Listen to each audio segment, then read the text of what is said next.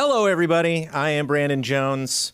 I am the voice of a lot of content, not of all the content, which is as it should be. There should definitely be allies reading other things here at Easy Allies. But you might recognize my voice from our reviews and other little tidbits here that we do at Easy Allies. You might recognize my face because I was a member of the crew for a long time.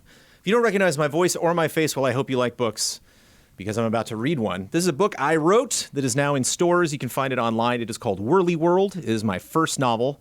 And to help promote, I will be on the Easy Allies podcast tonight. And the allies were gracious enough to have me over to do a book reading. This is the first time I have read this publicly. I'm going to have an audiobook that will be available next week.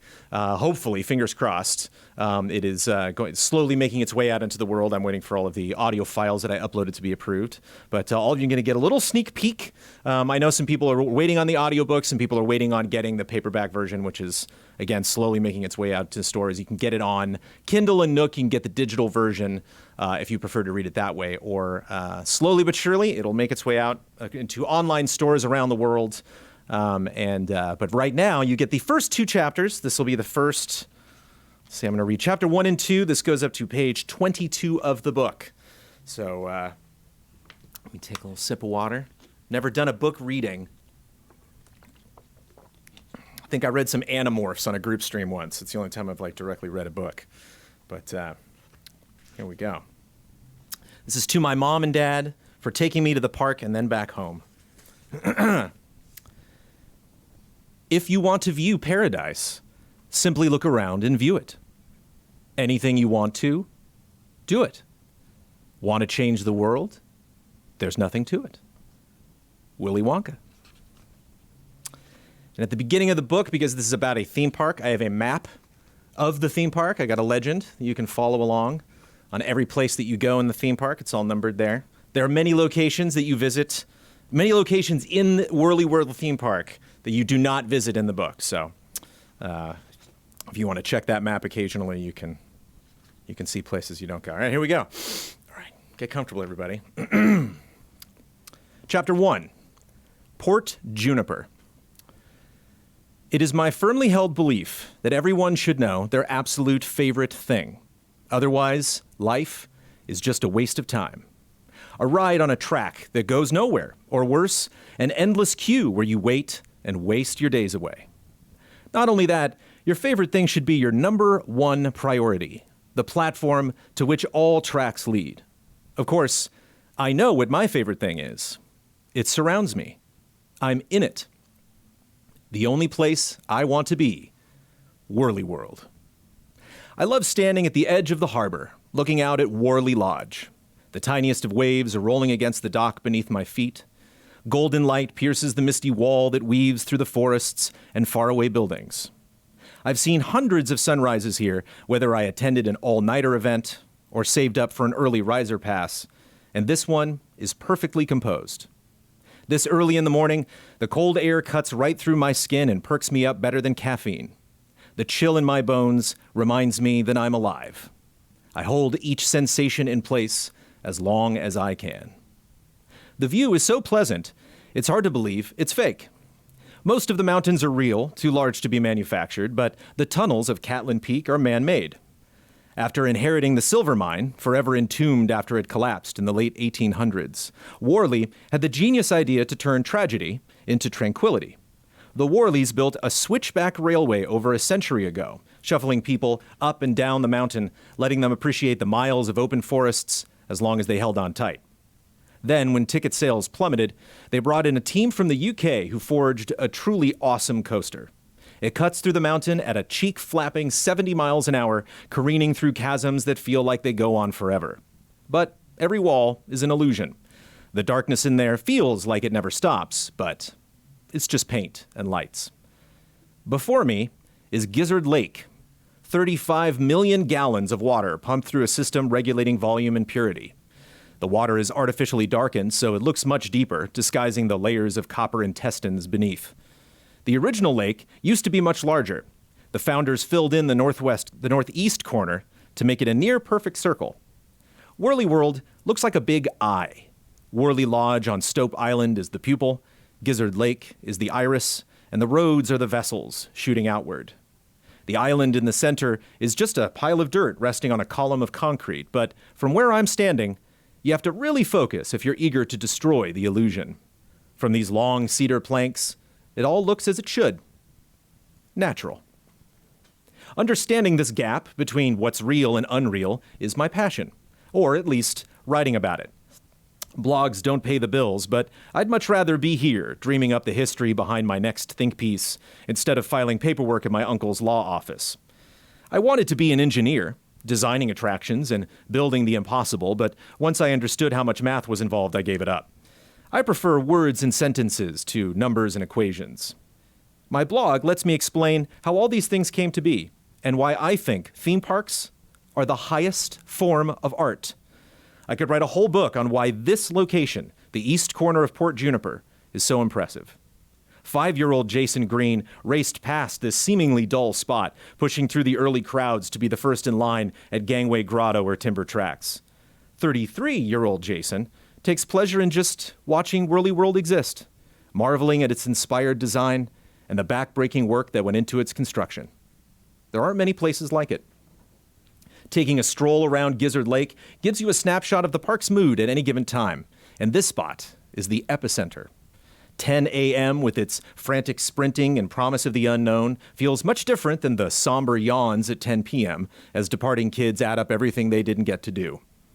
I get a kick out of feeling 40,000 people zigzag across this map, evolving their plans to maximize their ticket value. To most, other park patrons are speed bumps, adversaries to outwit and overcome. To me, they're an integral part of the experience. But it's surprisingly quiet now. Even before the crowds have yet to roll in, you can usually hear employees emerging from hidden entrances and exits, sipping coffee and shuffling toward their stations. But now, there isn't even a whisper. If you get here early enough on the right day, you might get lucky and sneak in before the masses take over. It's then that the park feels like it was built and operated just for you. The mood now is uncanny, but instead of being alarmed, my senses tingle at the prospect of something unexpected. Hardly anything really surprises me here anymore. It's the cost of experiencing your favorite thing too much. You understand it better, but its potential to move you delivers diminishing returns. Behind me, there doesn't appear to be a soul along Market Street. The signs are lit. Each set of double doors is open. This feels like I'm watching a musical and someone's forgotten their lines. There's an expectant quality that needs to be filled with sound and life. The streets are spotless from the night crew blasting the ground with pressurized water. It's clear the staff has been here to set things up, but maybe they're gathered for a meeting. It wouldn't be the first time I wound up somewhere I wasn't supposed to be yet, which isn't always a bad thing. Any park nerd like me understands the thrill of creeping past the veil. If you stay here long enough or inside any theme park with understaffed security, you'll get to see how the sausage is made, so to speak. Perhaps I've stumbled upon such an opportunity, and my stomach does a little flip of anticipation. April wouldn't see it that way. If she found herself in a scene like this, she'd assume something was wrong and say we should leave. She wouldn't seize the moment in experiencing something she may never forget. I love her, but she's never really understood Whirly World, or at least how much it means to me. I wonder what she's doing right now. It's been a while since she's been to my happy place. It's not easy convincing her to cross 2 state lines, even if the drive is just under 2 hours. Since I met her, this place has gone from something I could add to any day without much thought to a luxury I have to calculate and spend only if necessary. I get that she wants to spend time with me and do other things, but it's been a sacrifice on my part that I don't think she totally appreciates. To be honest, I prefer being here alone. I don't have to follow anyone's agenda. If I want to spend an hour here, eavesdropping, watching the sun pass over me, I can. I try to get here at least once a week, preferably twice. I tell myself it's for my second job as a park blogger, but I know better. I'm hooked, like a shovel-nosed sturgeon, line and sinker. It's been a long time since I brought my parents because it's not worth the effort. My dad wouldn't shut up about all the historical inaccuracies, even if they're often humorous and intentional. Mom would point out every building's second story that should be much taller, not appreciating architectural tricks like forced perspective.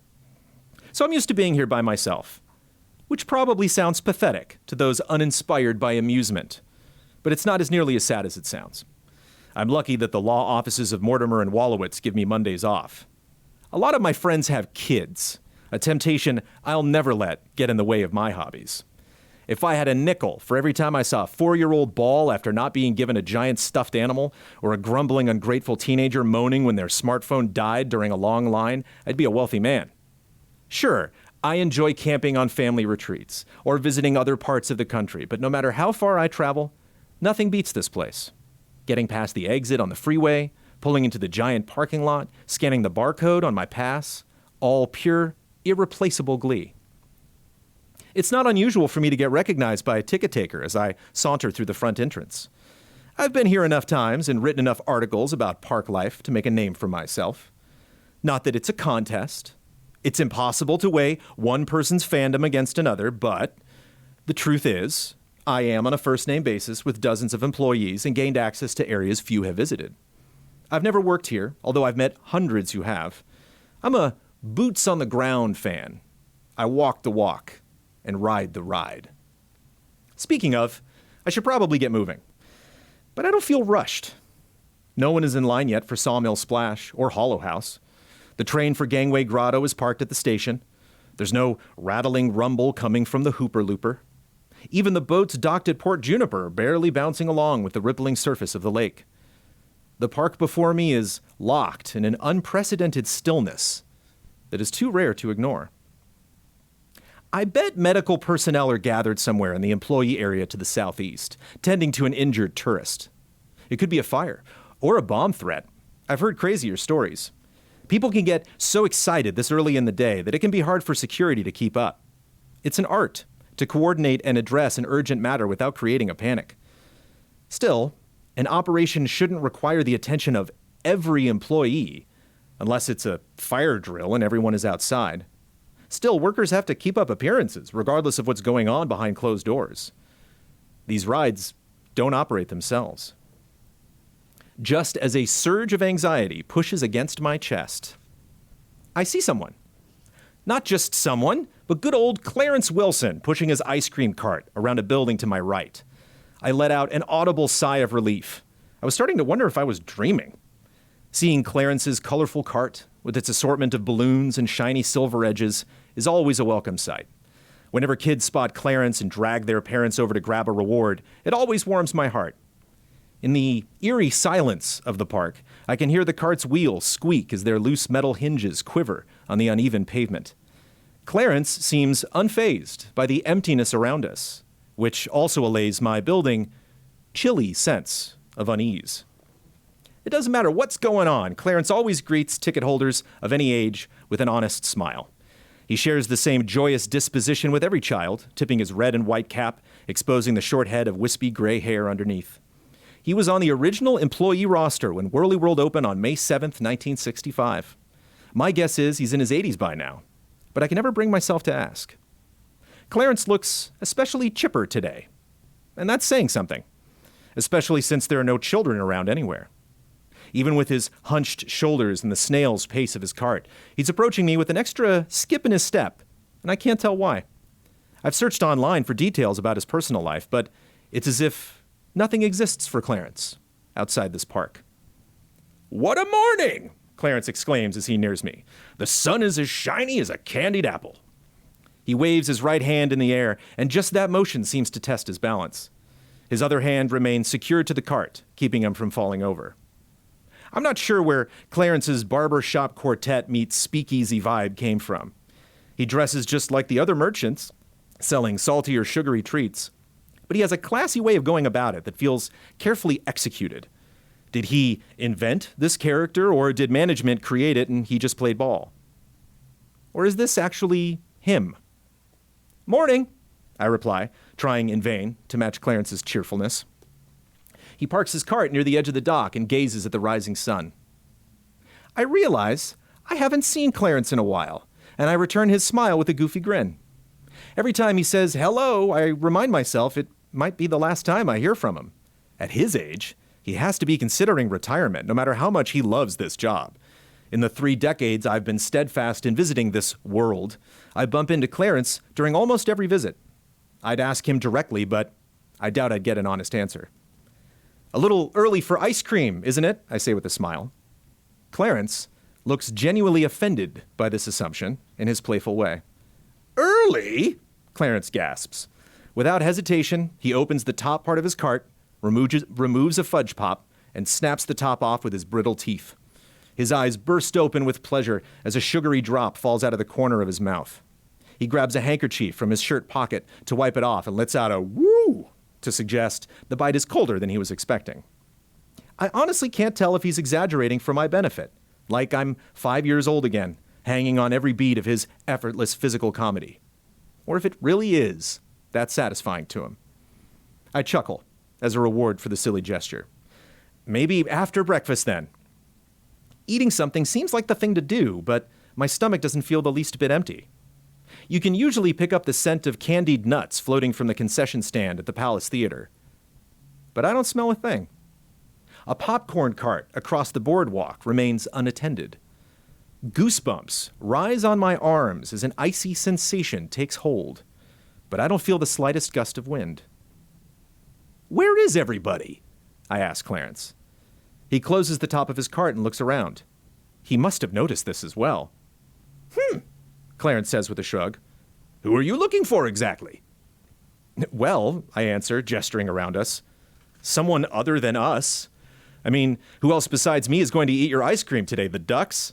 I point to the lake, expecting to see at least one pair of ducks wading past. There are none. Not seeing people on Market Street is weird enough. Having 0 ducks in Gizzard Lake swimming close to shore for a free breakfast is downright impossible. I look up. There are no birds in the sky. There is no life. Anywhere. Clarence adjusts his hat as he looks south toward Market Street one more time. He frowns, which feels dreadful. He's chipper as a rule, and I'd hate to deprive him of that. I usually expect him to ignore the terrible things happening on this planet, clinging to the belief that any problem can be solved with enough sugar. But now, I need him to be serious. I need answers. Shaking off my silent plea, Clarence rediscovers his inner child, and a smile pushes back the wrinkles in his cheeks. The way I see it, he begins, dispensing wisdom with ease. The more time you spend looking for people, the less time you have to appreciate the people you've found. Clarence, come on. Drop the act just for a second. It's me. No one's around to accuse you of breaking character. You won't get in trouble with management if you just tell me there's been an emergency or the park's opening late today. Is the park open yet? Well, of course we're open. Why else would I be pushing this cart around? Maybe I shouldn't be asking him these questions. I consider Clarence as much of a friend a person can be in these circumstances. But on the other hand, I'm a customer and he's an employee. He's on the clock and trying to make a living. Security isn't his responsibility. And neither is reassuring me. I plaster on a smile and try to shake off my worries. Well, if the park's empty, then I'm going to enjoy it, I tell Clarence. Take care of yourself. I nod politely and head south across the boardwalk. There's a bubble growing in the top of my stomach. I take a deep breath, hoping it'll pop. In through my nose, out through my mouth. I visualize pushing the bubble downward, but it seems to be expanding. I groan in frustration. This theme park is where I go to escape anxiety. Have a swell time, Jason, Clarence calls from behind me.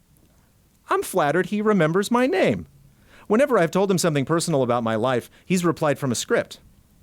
For as much warmth as he brings to the park, it's always under the guise of keeping the turnstiles spinning. I know he takes delight in each and every child because I've watched him do it countless times. But he still has ice cream to sell. I turn to wave one last time, but Clarence is gone. He's not shuffling away. The man has completely vanished.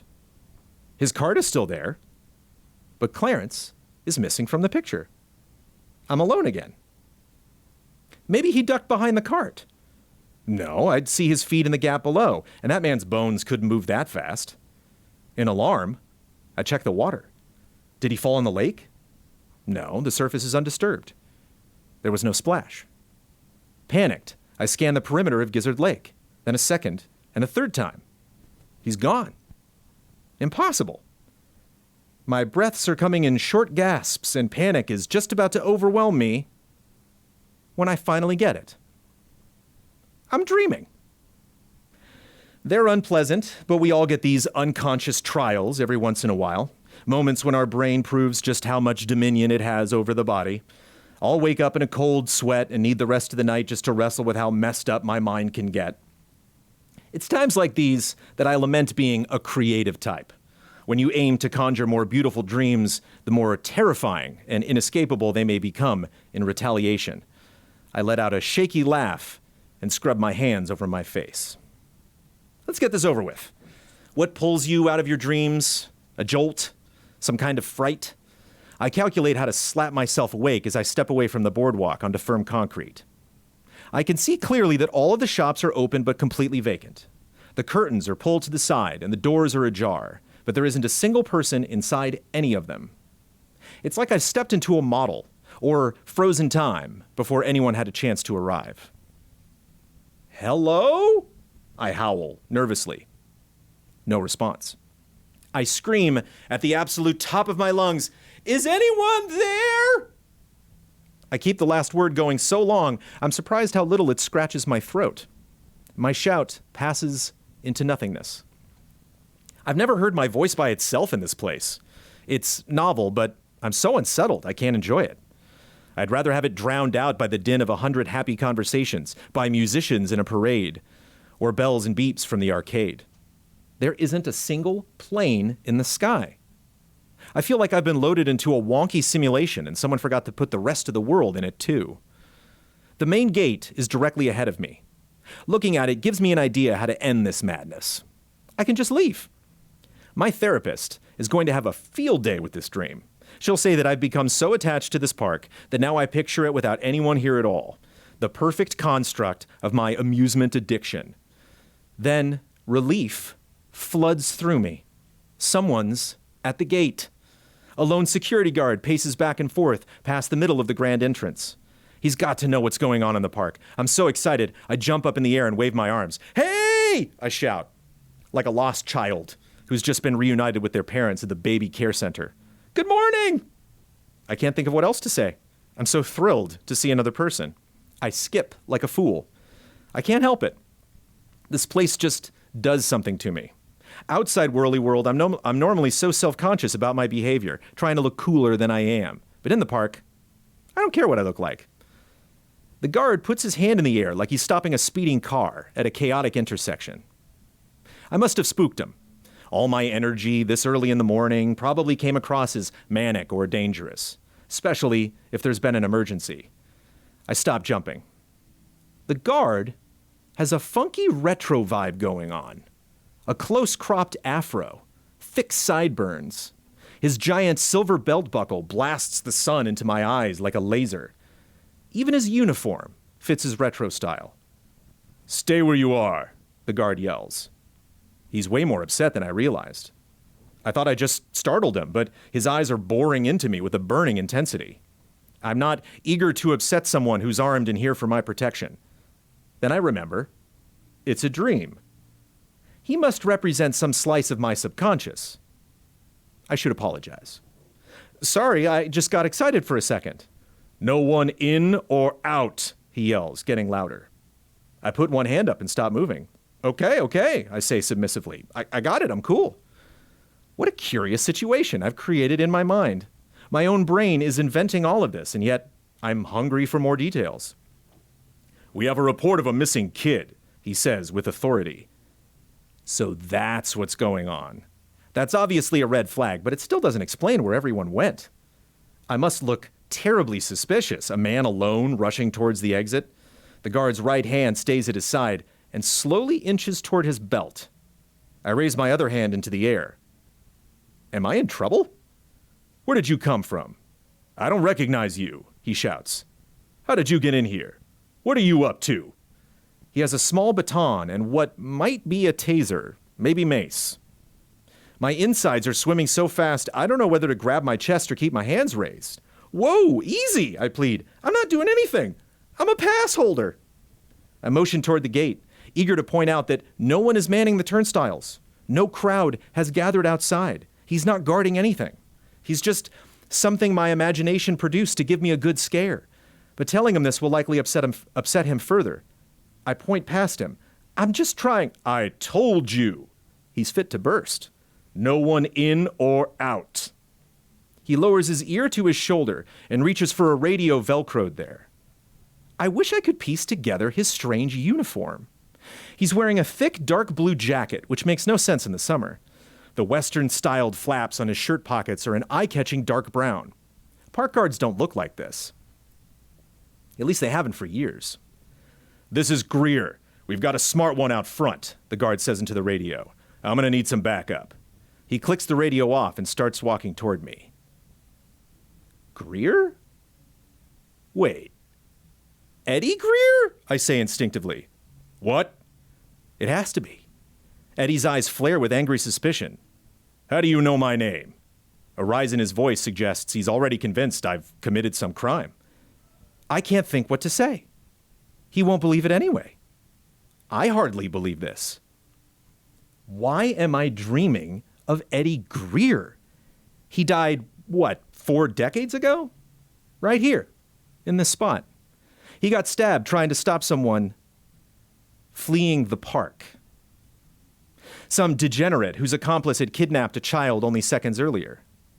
Greer was the first person to die inside Whirly World, the original. An unfortunate distinction, and one I've been obsessed with ever since I learned the gruesome tale.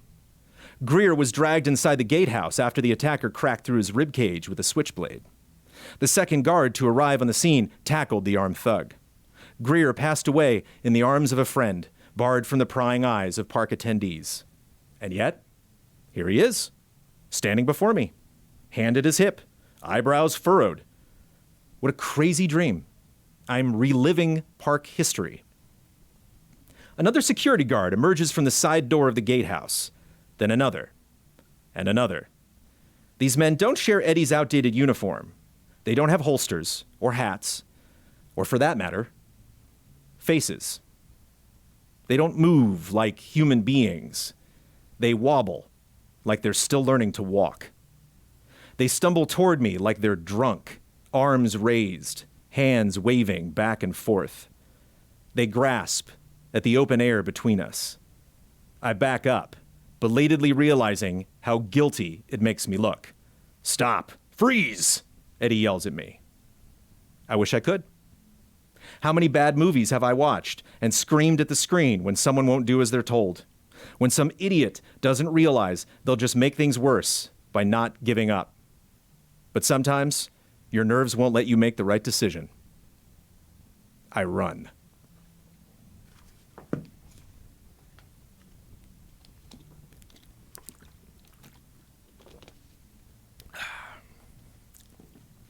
Chapter 2, Market Street. If you have questions, I'm going to do a Q&A after this, leading up to the podcast. My feet are moving as fast as they can, but the chilly air is keeping me from sweating. My muscles don't cramp, so I don't slow down. I'm running so fast that I nearly plow into a wiry boy standing right at the crossroads. I skid to a stop and the kid turns, noticing me slam on the brakes. He looks to be 9 or 10 years old. Is he the one that's missing? His slate blue eyes are stern and focused. His black hair is short and ruffled. He's wearing blue jeans with the knees frayed open and bright red running shoes. I look behind me. Eddie and his friends are gone. This has to be a dream, because none of this makes sense. I guess dreams don't have to. If my brain is clever enough to recreate this park in my imagination, it seems like a small leap to station Eddie at the gate.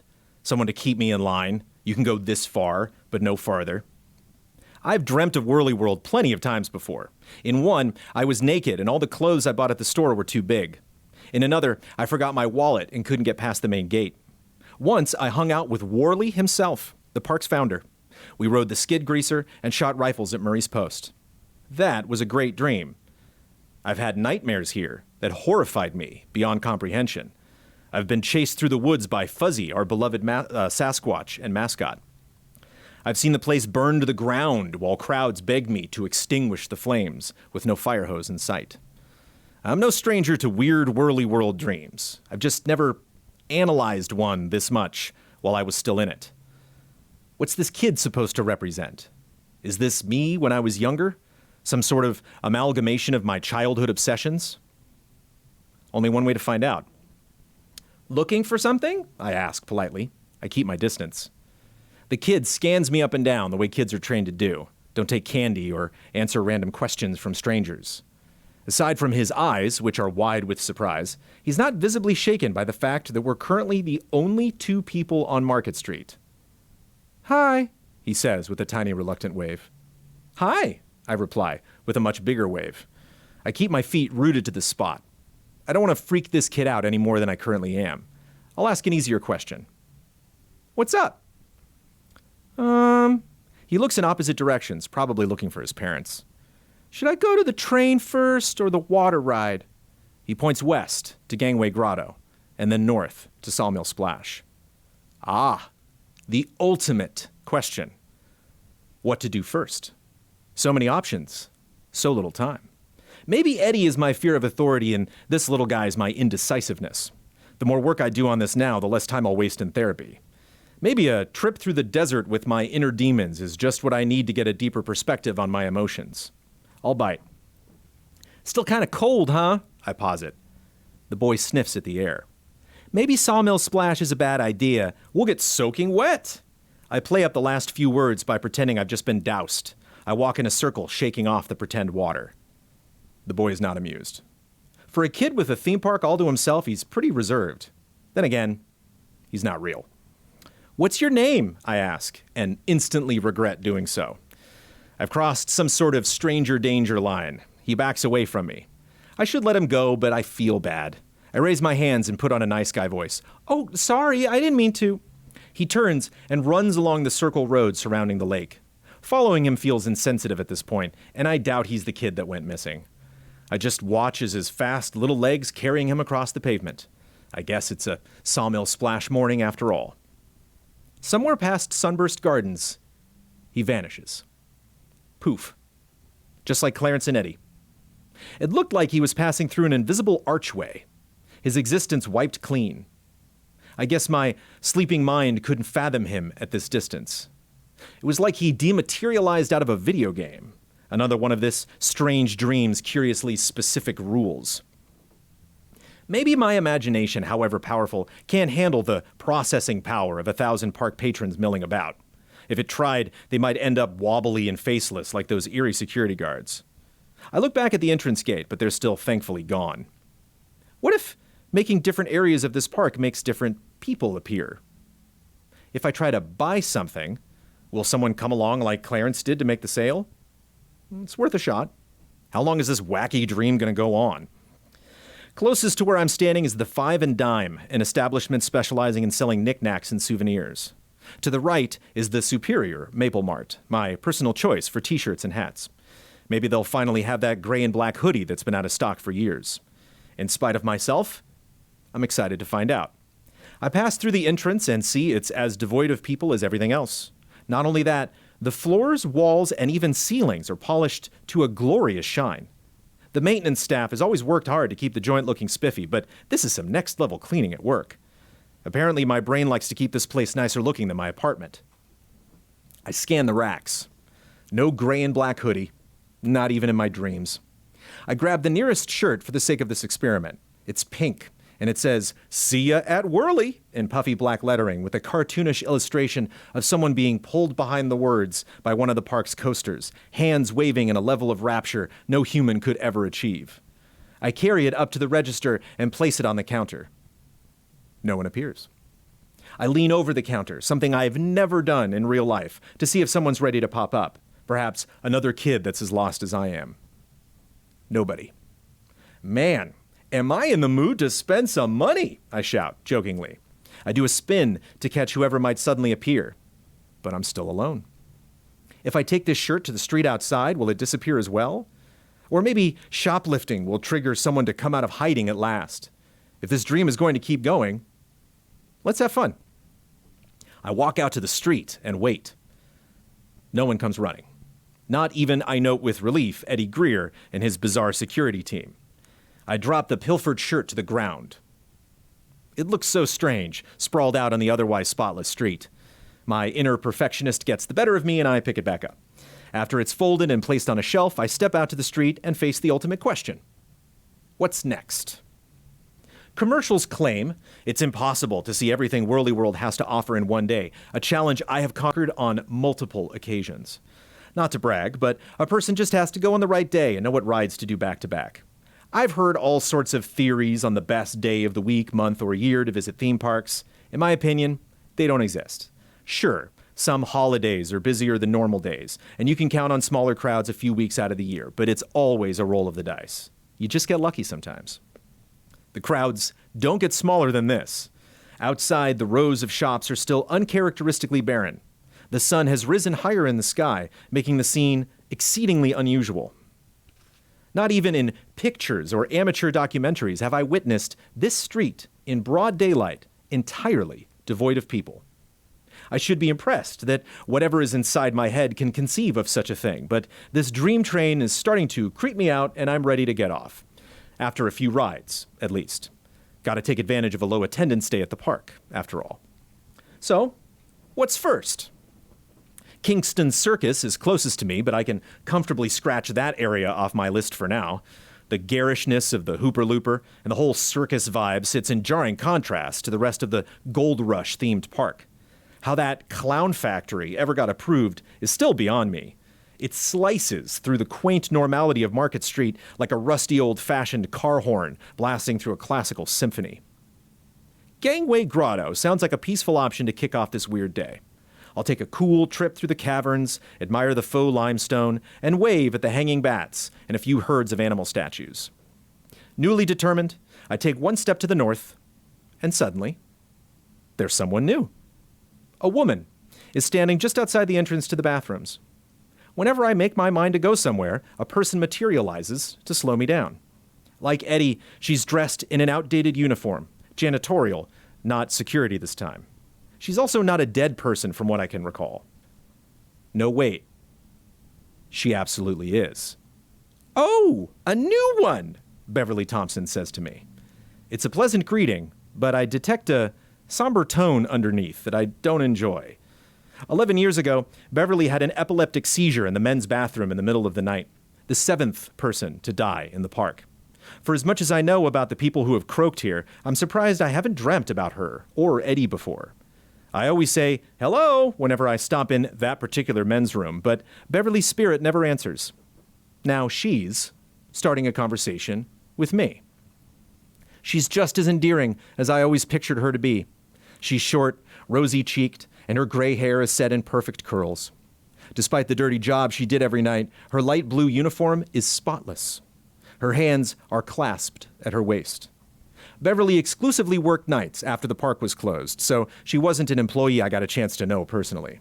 But her sweet disposition made it into her obituary, which I eagerly added to my morbid Deaths at Whirly World collection. "Beverly," I say.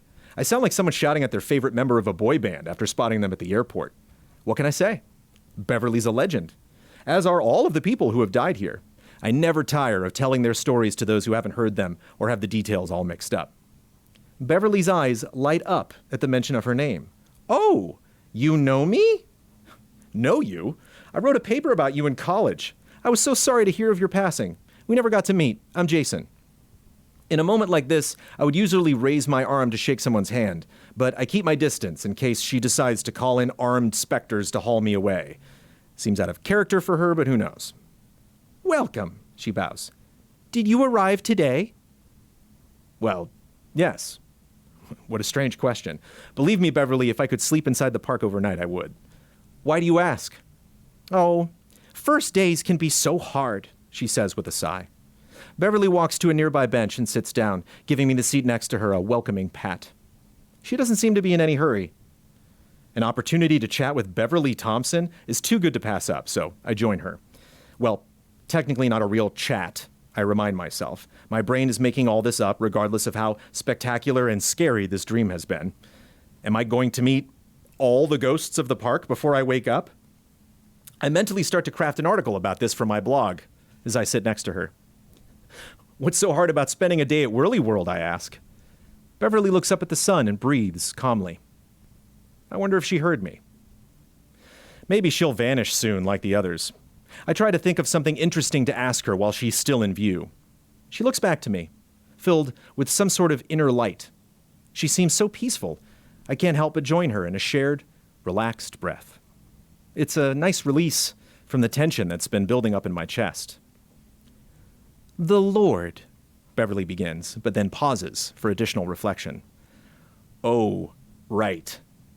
I remember reading that she and her devoted husband attended church regularly. In an interview with Park Fans United, her bereaved spouse of several decades sounded oddly accepting of her sudden departure. The silver cross necklace around her neck should have tipped me off.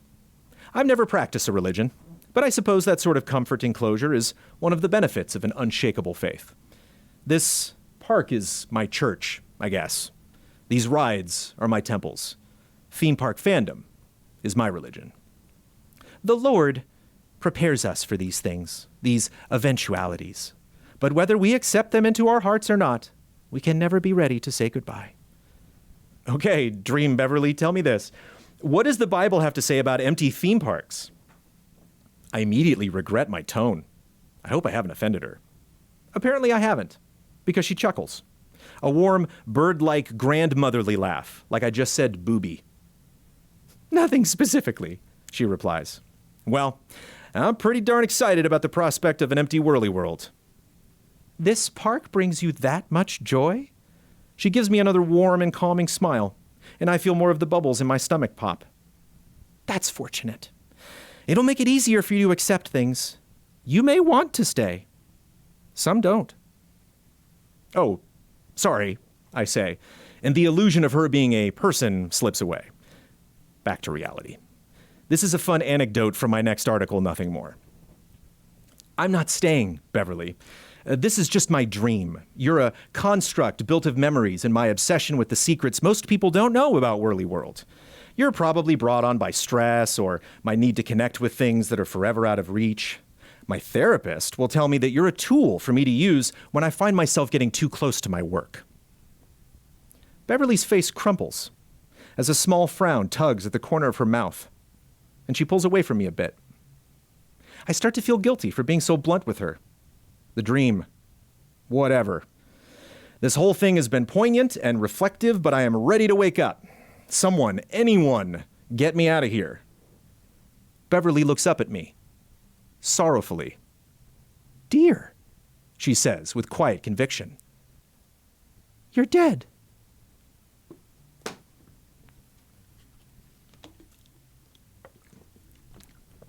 And that's Whirly World, folks. Chapters 1 and 2. Stay tuned for the continuing adventures of Jason Green, who has died and is stuck in this theme park. Will he meet other ghosts in the park? Most likely. There are probably more characters in the book. Will he find a way out of the park? Who knows? So yeah, I'm doing a Q&A. So let's thank you, everybody. Thank you, everybody, for watching. The delay's kicking in.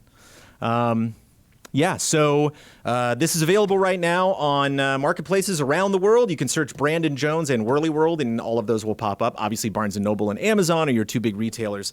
Amazon is showing currently that the paperback is out of stock, but it's print by demand, so I don't know why that is. Barnes & Noble is not showing that, so you can get that delivered, but I know a lot of you got the Prime. Got the Amazon Prime, so you get that free delivery. So, but you can get it on your Kindles or your Nooks or any of your digital readers. Somebody messaged me on social media and said it's out on Libby, which is a library service that you can get books from the library and then get them on your phone or your iPad or your Kindle or whatever. And there is an audiobook that I have recorded and submitted for approval that will hopefully go live next week. Totally not in control of that, but if everything goes well, if all the lights turn green, then that will be available next week. And hopefully by the time we get to Halloween at the end of this month, by the time we get to the end of my absolute favorite month of the year, it'll be available everywhere and you can go get it and check it out. And so a lot of people have reached out to me and talked about signed copies, which is something that I just have to like invest in. And I've already spent enough on this book already. So in the future, there's also no hardcover edition, which some people asked about. So that stuff, stay tuned if that interests you. I totally understand if you want to hold off and get that. But and looking to do, if you're in the LA area, looking to do a signing somewhere in LA. But again, just, the book hasn't even been out for a week. So, all right. First person's definitely a choice. I applaud you. Thank you. I applaud you for that. Did you run into any issues with lore exposition or explaining unfolding events that occur outside Jason's immediate vicinity? I find having an omniscient narrator is ultimately easier, but I can absolutely understand how using first person can enhance the spooky atmosphere of your story. Can't wait for the audiobook. Love and respect. Thank you, Forever Ender. So yeah, specifically meaning, that was one thing that in taking my shout out to the novel program at UCLA, I took novel 1 and novel 2.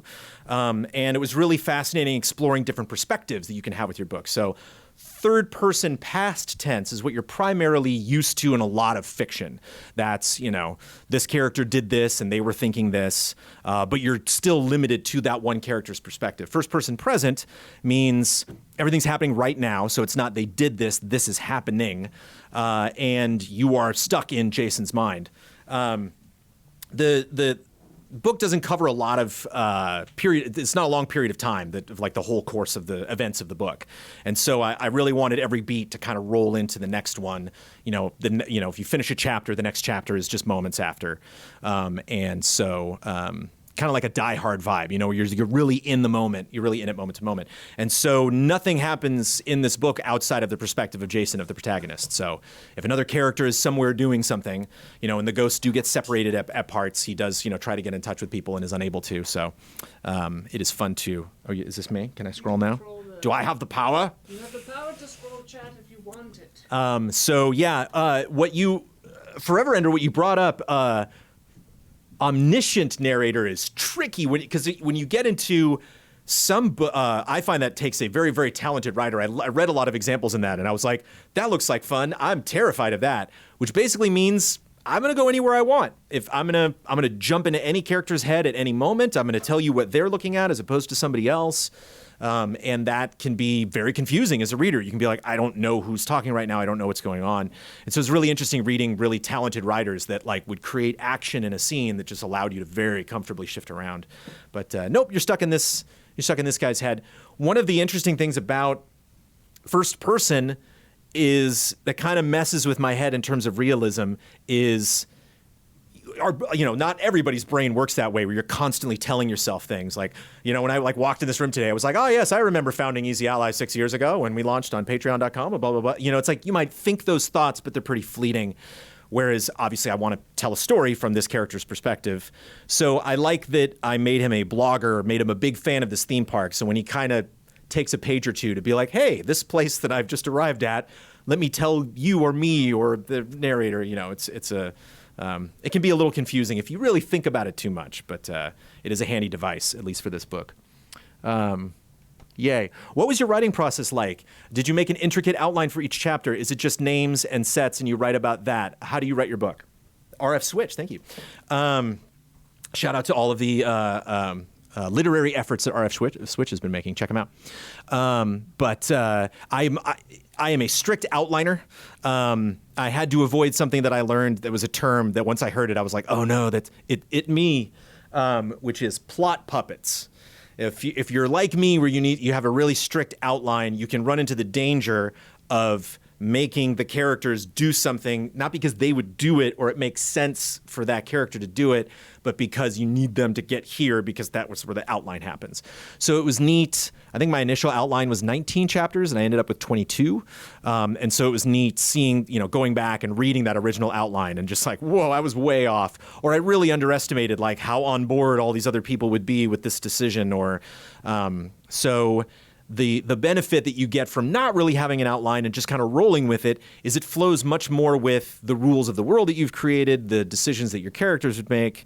But at the same time, you're kind of like, how am I going to end this? And so that's why like some books might not really have like a satisfying, like usual suspects ending, but going through the book feels much more natural. I am just like endings are like the first thing that I think of. Like I'm always just which I don't know if you know this about me, but I like trailers. And so I really like, the introduction of the theme, and then things get interesting, and then you have the big cliffhanger at the end. And so my brain just always operates that way. I'm a film major. I did not go to school for creative writing, although I did learn a lot about it while I was in school. And so I take what I've learned from the experience in film and video production over the years, and I definitely have a cinematic mind when it comes to reading stuff, which is why I'm never going to write. I plan to write many more books. None of them will be just cozy romances in a cabin somewhere. They're all going to be something's going to blow up at some point. There's going to be some action or craziness going on. But, and people are posting links. Thank you. And thank you, Easy Allies, everybody, for having me in. Is Beverly a Midnight Mass nod? It is not specifically, but Midnight Mass is a really great show. Autograph copies I will figure out. Again, how it's going to work is I got to buy a big stack and then sign them all and then send them either to someone who will send them to everybody else. But it's how do I figure out purchasing through that? I might have to set up my own marketplace. I don't know. But Kickstarter might be a good thing that I can handle the payments through that. Do a signed Kickstarter thing.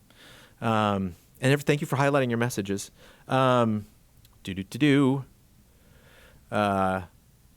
Which part of the writing process did you struggle with the most?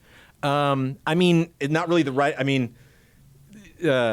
I struggled with a lot of the self-publishing process. I had to learn a lot of things, making the cover, making sure all of that lined up. I formatted the book myself, which is not really something I would recommend. I did it in Adobe InDesign, which is software I was not familiar with, so I learned all of that. I think the thing I struggled with the most is just wanting it to be good and realizing, is this character talking or is this me? Am I kind of possessing this character right now to get my opinions out, or am I so in love with this moment that I'm making it play out a certain way and I'm not really being true to those characters? And so the protagonist is a theme park nerd like me. Granted, I'm, into things a little bit more than theme parks, like video games and stuff. I tried to kind of translate my love of video games into Jason's love of theme parks.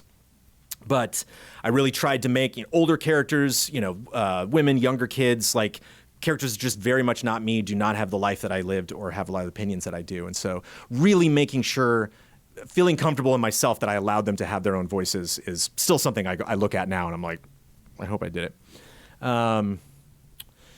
Question, are you the sole VA on the audiobook? I am. Any surprise guests you can tease? Just me. Amanda does the intro. My wife Amanda says Whirly World by Brandon Jones. But it's all me. Which part of the writing process do you struggle with the most? I got through that. Thank you for highlighting all of this stuff.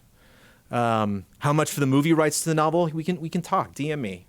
You can DM, either message us Easy Allies or DM me on Twitter/X. Jones, what's your work schedule like when you're writing, and who is your ideal reader?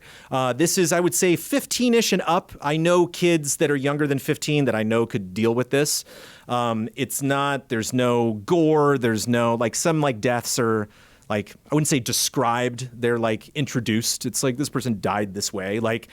Beverly, who we met, had an epileptic seizure. That's, no more is spoken of the very specifics of what she had to deal with in that moment. But it's the kind of thing where if you're too young, you're like, what's a seizure? It's there are moments like that might be a little much for kids younger than that. But I wouldn't necessarily consider it young adult. It definitely deals with some pretty, heady issues. I kind of wanted to make kind of a playful, goosebumpsy thing. The original title was Escape from Whirly World, and then, all of her other amazing ideas, Amanda told me to chop it down just to Whirly World. But she was surprised when Amanda read it. She was like, oh, this is a lot more dramatic than I thought it would be. She's like, I thought it would just be kind of silly and adventurous, and it's got a lot of that in there, but I dealt with some pretty heavy issues, surprisingly. One of the things that you discover if you write a book is the book will kind of tell you what it is. You can have an idea for what you want to do, but it's not until you write a good chunk of it and then go back and read it and you're like, oh, I either see what I was intending or I see kind of what this book wants to be. And then you can steer it in that direction. What's my favorite book at the moment? I want to shout out, my greatest literary inspiration is Stephen King, and shout out to his theme park book, which is called Joyland, which I read. I was doing research and I saw somewhere it was oh yeah, Stephen King wrote a theme park book about a ghost, and I was like, oh shit, he did really? And looked it up and was like, okay, it's not the plot of my book, thank God. Oh God. because I was like all systems go at that point. It is, yeah, very different vibe. And obviously he does, you know, I try to put some creepiness and unease in this book, but as far as like raw horror, like nobody does it like King. So Joyland, if you have not checked that out, great audiobook. I listened to the audiobook for that. Did you try to write the chapters in chronological order, or did you prefer to do specific chapters first? I did do it in chronological order. I met a lot of writers in the classes that I took, and in the just research that I did, just meeting other people that were just starting out writing their first book. Some people write just a chapter, like they'll have an idea or a scene. You know, I met someone who writes everything in cards, like digital cards. Like I can't remember the website that she uses, but. So yeah, there's lots of different ways you can approach it. I did it that way because I don't know if it was necessarily the way I wanted to do it. It's kind of like a challenge, like especially with my first book, I was just like, come on, just pushing the boulder up the hill. Like, gotta just get through it. There was one chapter I added later. There was one part in the book where I realized I need to like expound upon that a little bit more. So I inserted a chapter in there. So that one was written at a sequence, but doodly-doo-doo-doo. Jones, how is writing a novel compared to writing a video game review? This is the hardest thing. This is the hardest creative thing I've ever done in my entire life. Writing books is hard. It is very taxing on the brain. It's boring.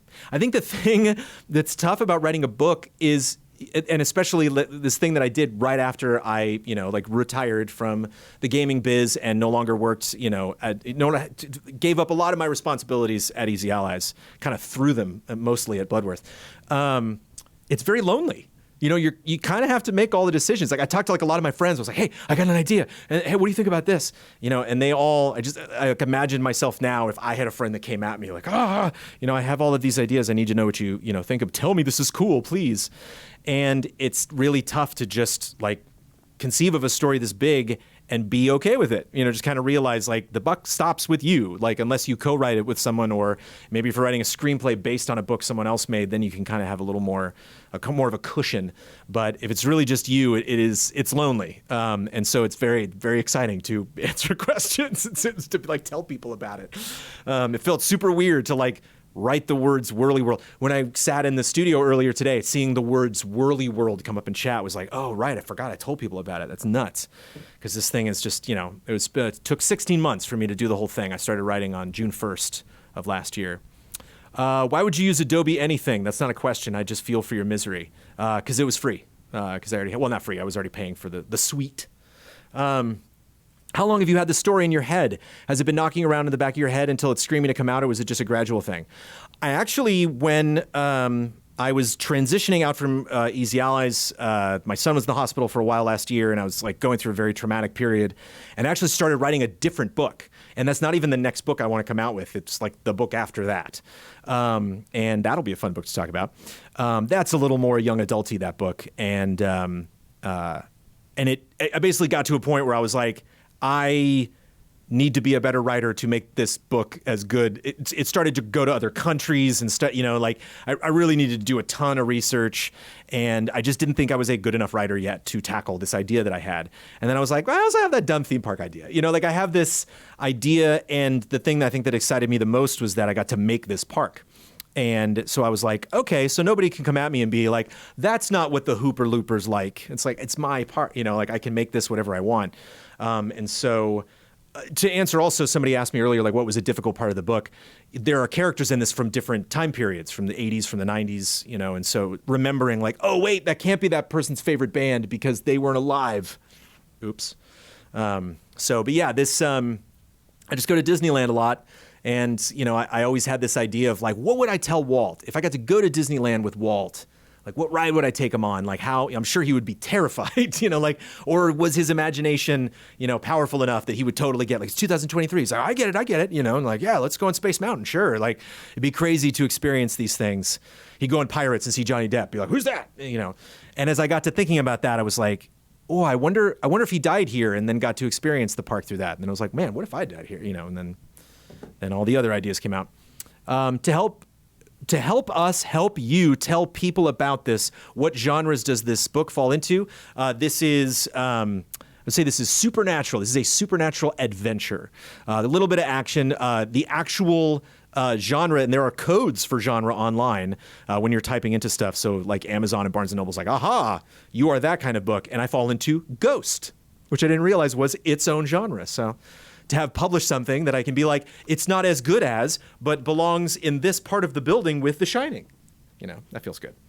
So yeah, technically ghost fiction, but is not what I would call a young adult. But like I said, I think like 15 up is a good ballpark. What inspired you to write this? Another author in chat wants to know. Again, yeah, just that Disney thought and just going to Disneyland a ton. When I created this park, I actually found it. I was like, oh, this is actually more like Knott's Berry Farm, if none of you are familiar. It's the second theme park ever, the second theme park. And I know you're like, what? There were like theme parks in like Russia and France in like the 19th century. Those were amusement parks. The difference is a theme park is like Western land, which is kind of what Knott's is.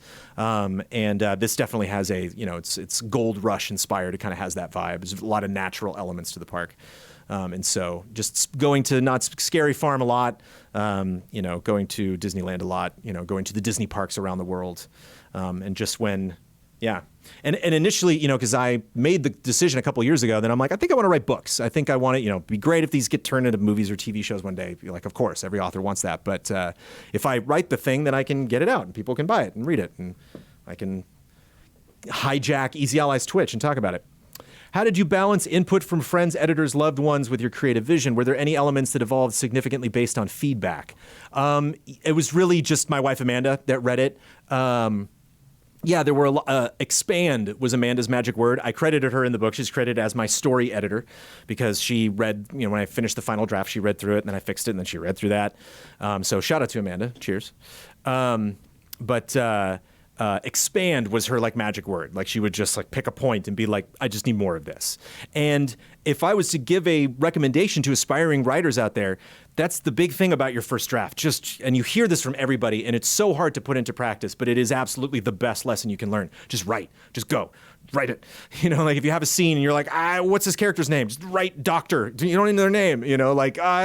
I'm not sure what city I want them to go to in Holland. Just make up a name. Go. Just write as fast as you possibly can. Just get it down. And then you will go back and then you will expand and polish and name characters and name places and see what you messed up and feel the flow of it. But it's so easy to get hung up on your writing because you want it to be better. Like you're like writing a scene and you're like, oh, this scene's not great. And it's just like, keep going. And so I probably would have wanted more people to influence my creative vision because like I said, it was a very lonely experience. But yeah, this is mostly just me coming up with all this wacky stuff. Not a question, just wanted to say how awesome it is that you were able to fulfill the dream, and I look forward to the eventual movie adaptation, James Cameron's Whirly World. I don't know if Cameron would be the right call for this. I'm curious who would be the right call. All right. Was the park always called Whirly World? Did you have any other ideas for a name or theme? Yeah, I originally called it Wander World, I think. Here, I'll see if I can bring up the doc. I have a Google Doc that has like all the names that I thought of. And I wasn't sure, and I showed it to Amanda, and Amanda was like, oh, please. Like, that is clearly the best name. And I was like, oh, really? Because like these other names are good. She was like, no, you're silly. This is a big list of docs. I don't know if I'll be able to find it on there. I think it'll take too much time. But yeah, not Water World, but like, what was the like Wizzy World instead? Because I wanted it to be an alliteration. Yeah. And then I think I saw Wander World is actually like a game. There's like an MMO called Wander World. And I was like, And then and now that I think about it, Whirly World, because actually, not talking about themes too much, but if you get into the book, the idea of like, going around in a circle has like a lot of connotations. There's like the like wee theme park version of that. There's like feeling like your, tires are stuck in the mud. You're not going anywhere. I'm just going around in circles. There's the idea of like a circle being trapped in a circle, like all that stuff that I totally intentionally did all the time, of course. Is there an Indiana Jones themed ride in the book? No. That would be great. I do have Indiana Jones ideas for later books, but I don't think specifically something indie got in here. So am I a ghost writer?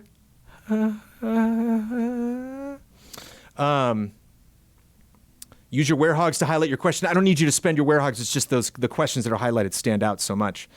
Where's Huber going to get his old-timey photo? You know, it's not something I mentioned specifically in the book, but like, of course, you like put on the cowboy outfit with like the rifle and like take the, yeah. Jones, do you remember that Snargle Goldclaw wrote a book about a ghost escaping the afterlife to return to her lover? And was that secretly your inspiration for Whirly World? Say nothing and nod if so. No, it was not. Oh, and Amanda Troop is in chat. Shout out to Amanda Troop. Thank you to everybody. What director would you like to make the movie? I don't know. Jordan Peele. I don't know if it's not his bag. It's not that kind of thing, but he's just very good at what he does. Get Wes Anderson to do the adaptation. Wes Anderson can do, yeah, sure. I'm trying to think like who's like a good, Clint Eastwood, who's like a good Western director. Is Walt Worley's head frozen somewhere or not? Be straight with us. It's Warren Worley. Warren Worley. W-O-R-L-E-Y. Warren Worley. His head is not frozen somewhere. He passed. He is not with us anymore. Is there a traffic rant in the book? There's not, but there are rants. This character likes to rant. There's one part very specifically where he's like, all right, this thing happened and I don't really agree with it. So, and don't be thinking that this is me. I wrote a protagonist. This is a make-believe theme park. This is a make-believe character who has make-believe ideas about this place. If you read something and you're like, this is Jones, this part, I'm going to highlight it. This part right here is Jones talking about what he thinks about theme parks. Not always. Maybe one or two spots, but not... I definitely tried to amp him up. One of the great tips that I got from my professors at UCLA was make Jason more Jason. They're like, any parts where he got nerdy, they were like, yeah, crank that up. They're like, make him, it's fun. It's fun having like a narrator and having a character that is distant from me, making him make mistakes, even though I'm like, don't be stupid, but you got to have your characters do dumb things. Are there any hidden Easter eggs throughout, or is that considered bad taste when writing a book? Oh yeah, there are two not subtle Ghostbusters Easter eggs, and there is one that is kind of subtle that I'm curious if anybody like makes a connection to Ghostbusters. But there are quotes. There's a Haunted Mansion joke in there. There's a Haunted Mansion. It's called Hollow House. The characters might stop by Hollow House for a chapter. Yeah, there are. Do you plan on doing more books of that kind, like R.L. Stine with Goosebumps? No. Like I said, like all my books are gonna have some sort of like nerdy bent. Like those are like all the stuff that Spielberg and Cameron and Kubrick and a lot of that stuff growing up, just really kind of like highly visual stuff because it's fun to describe those things, fun to put characters in worlds like that. The next thing I do will not be ghost involved, but will hopefully, if you are a nerd and you're like, I like this book because I'm a nerd, like I think you will like my next book as well. Whenever the heck I get around to writing and or finishing that one. Yes, and his girlfriend's. I'm like, did I say April? Yes, she's mentioned in the first chapter. In regards to self-publishing, did you try to get published traditionally first, or did you always knew? I always knew I was going to self-publish. As self-publishing is prohibitively expensive, do you expect to make money on the first book or just establishing yourself in the future? I hope to make money. I'm not counting on it because I'm making this a little bit per book. But I just wanted to be a writer, so like now, whereas publishing seemed to just take forever. It was like this book might not come out for like 2 full years, if that, because these companies all have their own schedules and expectations, and they might come through and be like, we don't like this character. And I was like, I just kind of want to make this book my own thing. I'm going to learn a lot in the process of doing it. And so now that it's out, like people will check that out. So if I make another book, or if what I'm in the process of doing now, reach out to agents and be like, hey, represent the guy who wrote this. It's him. It's this guy right here. So yeah, we'll see. But yeah, it's not cheap. Self-publishing is not prohibitively expensive if you do everything, but I don't recommend that. I read a couple books, and it's when you get to the part where they're like, do you want to read your own audiobook? We suggest you don't. They're like, unless you're like super good at it. And even with all of the experience I have doing narration, like, oof, it's some of my characters sound a lot like me, or a lot like my protagonist. So I definitely didn't want to put on like a Jason voice. How many ghost girls does he get shy with? 2. When is your Batman book? I do have a Batman idea. I don't know if it would work as a book.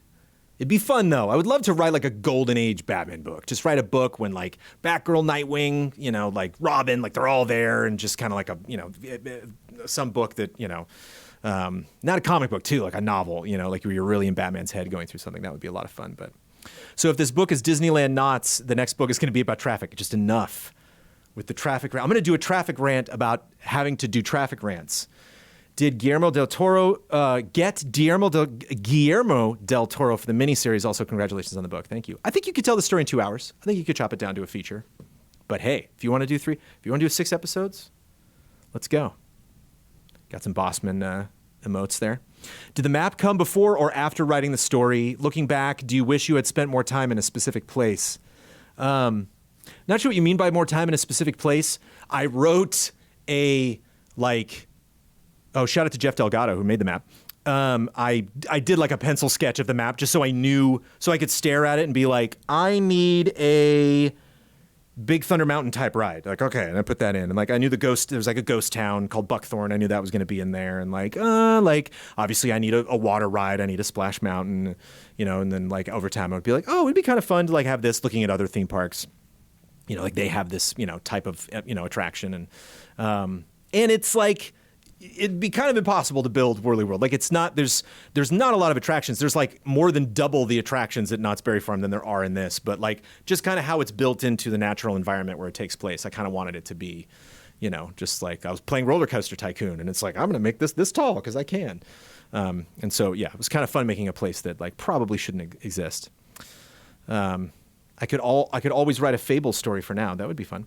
What's your favorite time of day to write, and for how long at a time? I read some books by people a century ago that wrote about writing, and one of them was like, I like to write for 8 hours, and like, there's no way. Like maybe if I'm like super inspired, but yeah, usually after like 2 or 3 hours, I got to get my ass out of a chair and go walk around a little bit. But night is just the best. When you have a 4-year-old, night is really when your creativeness shines. But yeah, it's nice for stuff to be quiet. I do like to listen to music when I like think of ideas, but when you're actually writing a book, it's nice when things are quiet. How are the lines at Whirly World? Long. There's not a ton of attractions there. There's not a lot of parks nearby, so it's really kind of one of the only places, amusement, epicenters in the area.